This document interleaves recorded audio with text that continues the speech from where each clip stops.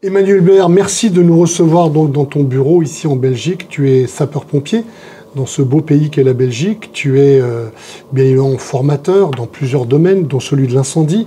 Et tu es, pour Soldats du Feu en tout cas, un auteur prolifique puisque tu compiles les livres, des livres techniques dans la collection des cahiers techniques, des livres techniques pour tous les collègues sapeurs-pompiers, en tout cas de la francophonie, des gens qui travaillent de la même façon et qui parlent la même langue. Alors aujourd'hui, Emmanuel, on se retrouve pour ton 23e livre, non pas 23e, 6e. Le 6e. Non, pour ton 6e livre, La formation à feu réel.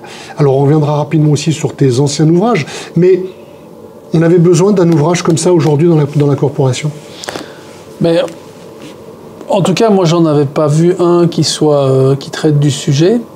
Et le but était encore une fois de partager de l'expérience. J'ai eu la chance de pouvoir développer pendant 15 ans un plateau technique qui comptait au final une trentaine de caissons, dans lequel on a mis en place une filière salle propre intégrée, un catalogue de formation d'une trentaine de modules de 6 heures destinés aux pompiers, mais à tous les niveaux hiérarchiques et toutes les fonctions.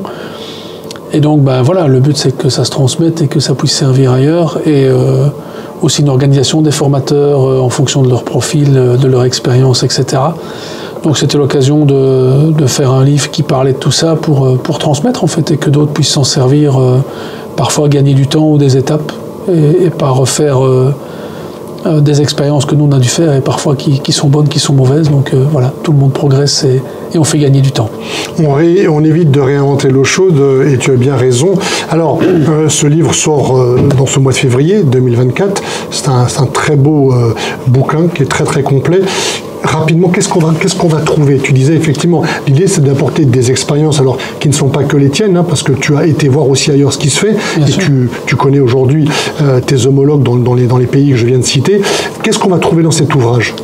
Alors d'abord une vision de la formation à feu réel, qu'est-ce que, à mon sens, elle devrait, à quoi elle doit servir, et surtout pourquoi on en a besoin. Donc je pense qu'il y a déjà, pour ceux qui doivent parfois convaincre des autorités publiques d'investir ou de continuer à investir dans cette formation, il y a déjà des arguments qui permettent d'expliquer pourquoi on en a vraiment besoin et pourquoi avec du bois et avec des fumées. Et puis après, il y a les différents types de caissons qu'on peut faire. C'est pas exhaustif parce qu'il y a de limites qu'à l'imagination qu'on peut avoir, notamment dans les caissons multiples. Comment on peut structurer les formateurs en fonction de leur expérience, sachant que plus on donne de formation, plus on arrive à un stade où tout le monde ne peut pas tout donner, parce qu'il faut avoir la connaissance, il faut avoir le répondant quand les publics cibles sont plus avertis, etc. Également, qu'est-ce qu'on peut enseigner en formation à feu réel? On voit toujours les caissons, mais c'est un tout. Et finalement, on peut en arriver au fait que la sauvegarde opérationnelle, la formation aérie doivent être dans la même mouvance pour que ça ne soit pas des choses séparées où on raconte des histoires différentes. Le forcement, on peut aussi très bien intervenir, et au final, on peut très bien coupler des ports de forcement qui sont intégrés dans les caissons, et donc ça doit être un tout cohérent sur un ensemble. Bon, je parlais aussi de la problématique environnementale qu'on ne peut pas nier. Un centre de formation, c'est des nuisances. Alors, soit on arrive à le mettre à un endroit où on n'embête personne, soit il faut trouver des solutions. Et donc, moi, je ne dis pas quelle solution il faut adopter, mais je balaye un peu ce qui existe, et avec les avantages et les inconvénients. Il y a des propositions qui sont faites pour réfléchir, justement, pour que tout le monde puisse, en fonction de sa réalité, trouver des choses qui peuvent l'intéresser. Complètement. Mais on restera bien évidemment sur ce que tu disais, Emmanuel Belair. C'est la formation, c'est bien l'humain qui est au cœur de ton livre et qui est au cœur des problématiques aujourd'hui des sapeurs-pompiers. On apporte des réponses outils, bien évidemment, mais il s'agit bien du sapeur-pompier, en tout cas du pompier qu'il faut former. Tout à fait. Et avec le défi qui, à mon sens, représente la formation à l'heure actuelle, c'est vraiment un pan très important et dans lequel on doit continuer à investir, non seulement pour être efficient, ce que la population est en droit d'attendre de nous, mais également pour notre sécurité. Et donc on a vraiment encore du boulot à ce niveau-là, parce que l'évolution environnementale et technologique, elle est là, et on est toujours par essence en retard sur elle, et donc on doit compenser ça par de la formation qui doit se développer de plus en plus.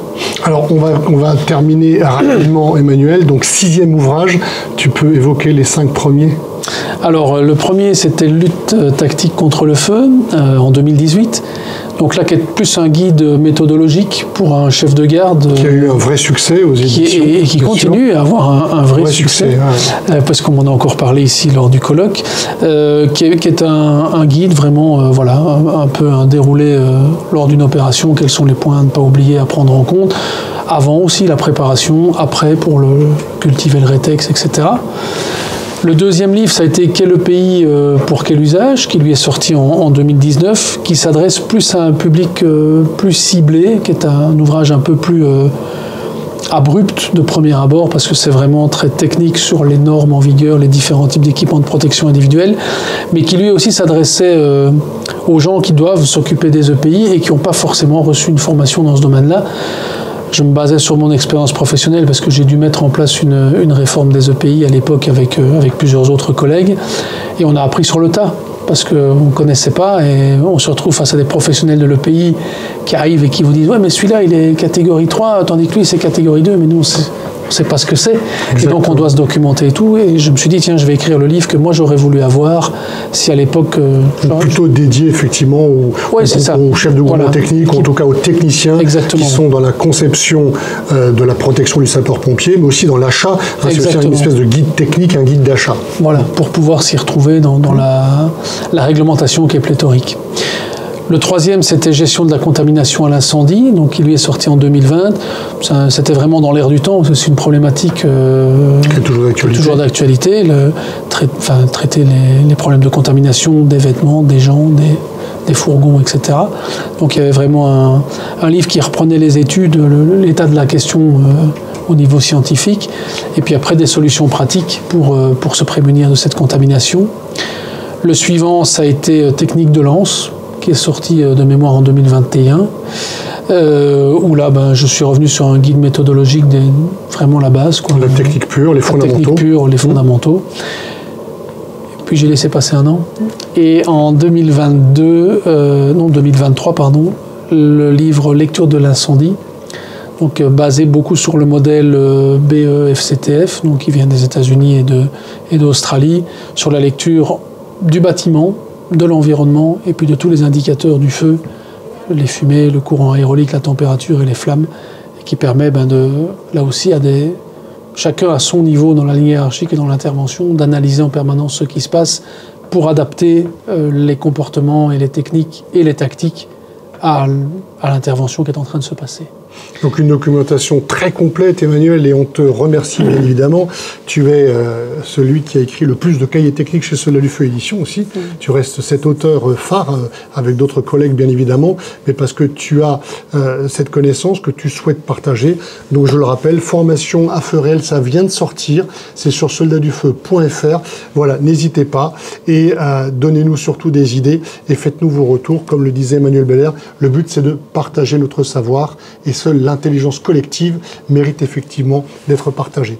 Merci beaucoup Emmanuel Belair. Merci.